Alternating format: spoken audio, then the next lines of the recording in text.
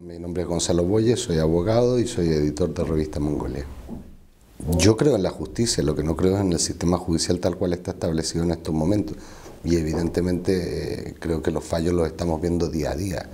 Es decir, yo vengo esta mañana de hacer una vista de apelación de algo que no había ni que haberlo apelado porque cualquier juez lo hubiese resuelto conforme a derecho. Acabamos de escuchar que ahora resulta que la demanda de paternidad del rey era infundada y lo dicen los mismos que la admitieron a trámite hace 2 meses atrás. Entonces, bueno, cuesta creer, pero cuesta creer en el sistema, lo que no cuesta es creer en la justicia. La justicia existe, solo que no llega. Yo no sé si es fácil o es difícil vivir, es que a mí me da lo mismo lo que opine la gente. O sea, yo hago mi vida y la gente que me interesa, la gente que me preocupa, la gente que me atrae, nunca he tenido esos problemas. Esos problemas casi siempre vienen de personas muy mezquinas y de personas que realmente no saben ni de lo que están hablando. Yo lo que defiendo en Mongolia es la libertad de expresión, es decir, cuando los medios están tremendamente controlados por los intereses económicos que representan o los intereses económicos a los que le deben 3.500, 2.000 millones de euros, pues nosotros somos una publicación modesta que nos debemos a nuestros lectores y punto. Y entonces pues eso es una forma de tener un ámbito de apoyo a la libertad de expresión, ¿no? Y a demostrar que se pueden hacer buenas cosas con poco dinero. No, yo soy el único cuerdo. Yo soy el aguafiestas siempre porque llevo también la parte de la gestión. Es decir, el que digo no hay dinero, hay tanto, no hay tanto. Pero en términos legales yo creo que al comienzo fue más difícil que ahora. Una vez que hemos ido trabajando, ellos ya van conociendo los límites, no los límites del humor, que yo creo que los límites del humor es el buen gusto, el código penal y poco más. Aquí, ¿qué es lo que pasa? Es que hay un código penal, entonces ellos ya saben determinadas cosas que no se pueden y otras, pues bueno, buscamos la salida. O sea, la última portada de Mongolia de Semana Santa, a mucha gente le ha parecido muy grave y nosotros decimos, es una portada que está dentro de lo que es la libertad de expresión y por otra parte la reivindicación de un colectivo como es el colectivo de gays y lesbianas que a mí me parece que, a ver, si creemos en la enseñanza de Cristo, seguramente él hoy a quienes defendería sería a los perseguidos como son los gays y las lesbianas.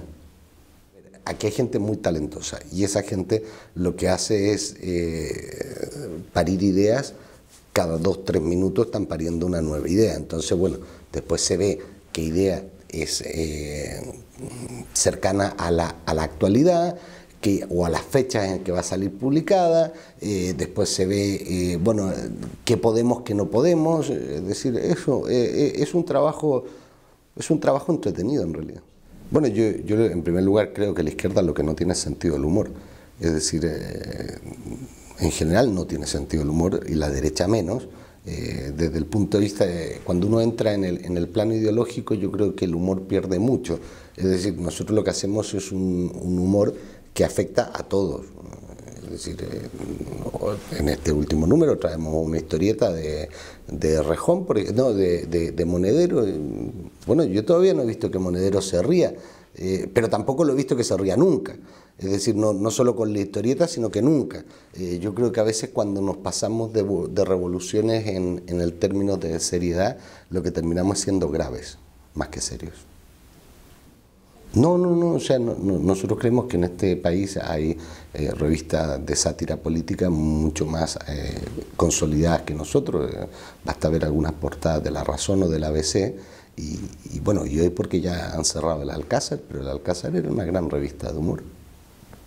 No, nosotros se la vamos a regalar al que sea King Joffrey, sea Pablo Iglesias, sea Susana Díaz, o sea María Dolores de Cospedal, o sea la vicepresidenta, a cualquiera de ellas se lo vamos a regalar. Nosotros siempre mandamos ejemplares a los afectados, básicamente porque nos parece que es de buena educación. Es decir, a mí no me gusta hablar a espaldas de nadie y si vamos a hablar de alguien, pues lógico que lo sepan, ¿no? No es suficiente, pero sí tiene que ver con con algo que es consustancial, es decir, para darse cuenta que las cosas están mal, entre otras cosas se necesita ver y saber dónde hay un parámetro de normalidad.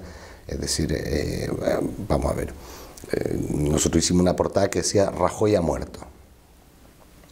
En cualquier país del mundo de corte democrático, un escándalo como el de Bárcenas significaba que el presidente del gobierno y de ese partido estaba políticamente muerto. Y este señor parece un gato, porque le quitan vidas en todas las esquinas, producto de la corrupción, y sigue vivo. Este mismo modelo se puede aplicar a otros, es decir, hoy da grandes lecciones de democracia Felipe González. Bueno, pero Felipe González tuvo el escándalo Filesa, Time Sport, los GAL, los fondos reservados, Roldán. Es decir, yo no creo que haya que hacer una crítica así solo a uno, pero bueno, nosotros lo planteamos de esa forma y creemos que sí, que si uno tiene capacidad de análisis, puede entender lo que estamos diciendo. Solo existen países como Mongolia. En España la libertad de expresión tiene unos límites y el mayor límite que hay hoy en día a la libertad de expresión es la falta de libertad de empresa. Es decir, es sorprendente que nosotros, desde nuestra postura ideológica, tengamos que defender la libertad de empresa, pero claro, cuando una empresa periodística debe 3.500 millones de euros, quienes no tienen libertad de expresión y de información son básicamente los que trabajan en ella, ¿no? Bueno, yo creo que aquí hay una descomposición sistémica importante y dentro de esa descomposición sistémica una de las características es tratar de preservar al máximo los mecanismos de control. El Partido Popular los ha activado, uno de ellos es la ley Mordaza. Ahora, yo quisiera ver en los programas electorales cuántos se van a comprometer a la derogación inmediata de esa ley el día que salgan elegidos, porque yo no he escuchado a ninguno decir yo me comprometo ante mis votantes que al día siguiente de salir elegido voy a derogar esta ley. Eso es un mal augurio. Hombre, yo cada vez creo más en el Estado de derechas, es decir, que eso sí funciona. Pero el Estado de Derecho, mira, yo creo que la justicia, por ejemplo, la justicia de a pie sí funciona. Es decir, en términos generales, uno va a un juzgado pequeño y el juez encargado está aplicando el derecho y está haciendo justicia, se va a una audiencia provincial y en términos generales también lo encuentra, pero creo que aquí hace falta una auténtica separación de poderes, es decir, no puede ser que para que yo llegue a las más altas magistraturas del país dependa de un Consejo General del Poder Judicial que es cuoteado, es decir, que está por cuotas políticas. Eso no es un buen ejemplo de esto. Y otra que hay muchas veces que yo tengo la sensación que las altas magistraturas se sienten como en la obligación de defender el status quo, cuando ellos lo que tienen que defender es el orden, la ley, el orden natural de las cosas y la ley en términos de una interpretación ajustada a los convenios internacionales que tenemos suscritos, ¿no? Yo no creo que haya eso, lo que creo es que hay una realidad judicial para poderosos y otra para no poderosos. Yo siempre no me gusta hacer esa distinción entre ricos y pobres porque gente muy rica sin poder lo ha pasado muy mal frente a la justicia y gente que no es rica pero que tiene poder lo pasa muy bien. Es decir, aquí todavía se trata de señor al imputado por un delito de corrupción y se le trata de ladrón al robagallinas. Ese es un problema. Ese es un problema. O sea, ¿por qué? Porque la corrupción siempre va unida al poder político. No necesariamente al poder económico, porque a veces ni siquiera hay una unión, sino que lo que hay es una servidumbre, pero sí va unido al poder político. Y eso se nota. Bueno, yo creo que el mundo del derecho, un sector del mundo del derecho fue activo en la transición y en el tardo franquismo, y hoy en día hay un sector del mundo del derecho que también es activo. Pero también hay otro sector muy amplio del mundo del derecho que no quiere que nada cambie. Yo creo que aquí hay que revisar los mecanismos de separación de poderes y también los mecanismos de acceso a la carrera judicial. Hay que reformar, hay que hacer reformas integrales de determinadas leyes procesales, no parches, sino reformas integrales, potentes, que nos lleven a un modelo moderno, ¿no?, de justicia, y eso va a cambiar mucho. Yo lo que creo es que lo que se necesita es un principio amplio, un entendimiento amplio del principio de publicidad de los juicios. Y eso significa que la gente pueda ver cómo se practican las pruebas, pueda ver cómo se comportan los tribunales, pueda ver cómo se comportan los acusados, pueda ver cómo se comportan los fiscales y los abogados, es decir, que nos puedan ver a todos, y también que haya un periodismo más equidistante con respecto al hecho. ¿Qué quiero decir con eso?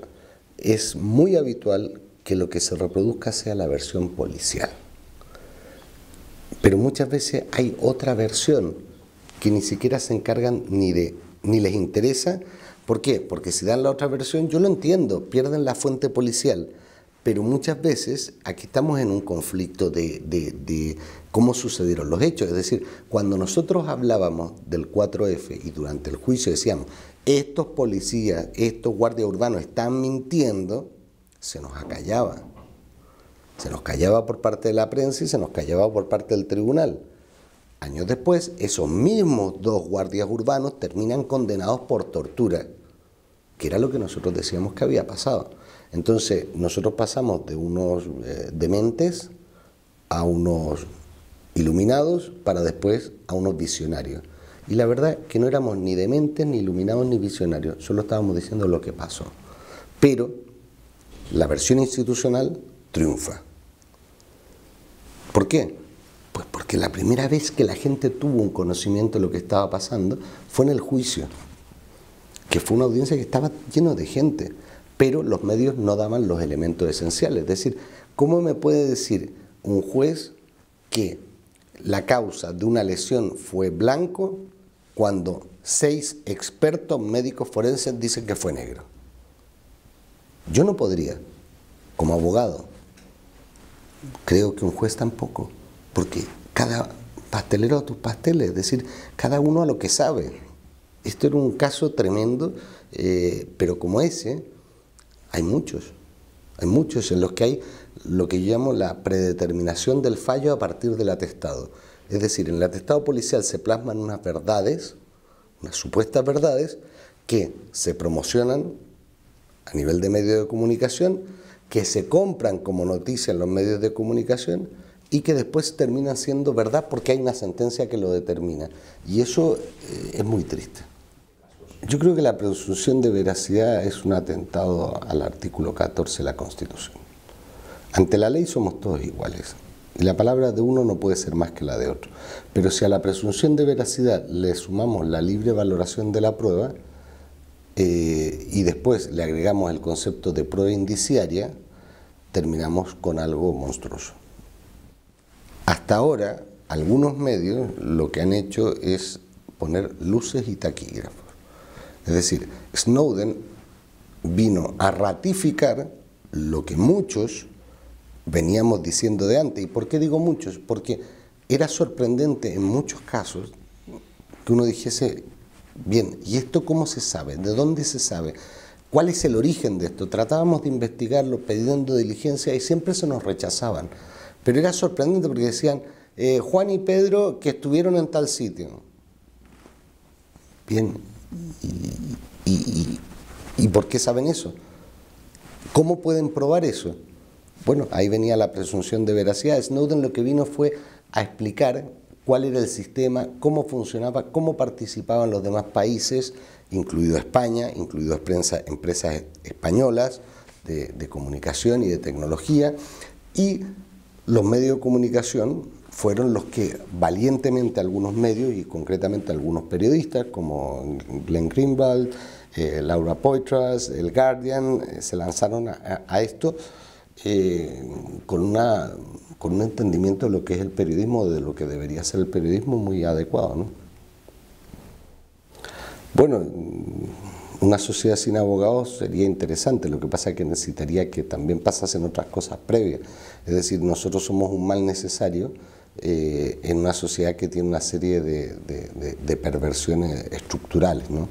Ahora, el mundo ideal no existe. Hay gente que dice, sí, sin abogados, y sin inspectores de Hacienda, y sin jueces, y sin policías, y sin controladores de la hora. Es decir, hay muchas profesiones que se podrían eliminar de cara a una sociedad ideal, ¿no? Pero yo creo que la cosa pasa un poco más por la regeneración del ser humano antes que por la eliminación de determinadas profesiones. Ahora, yo no tendría ningún problema en dejar de ejercer si no considerase que mi trabajo tiene una función social también, ¿no?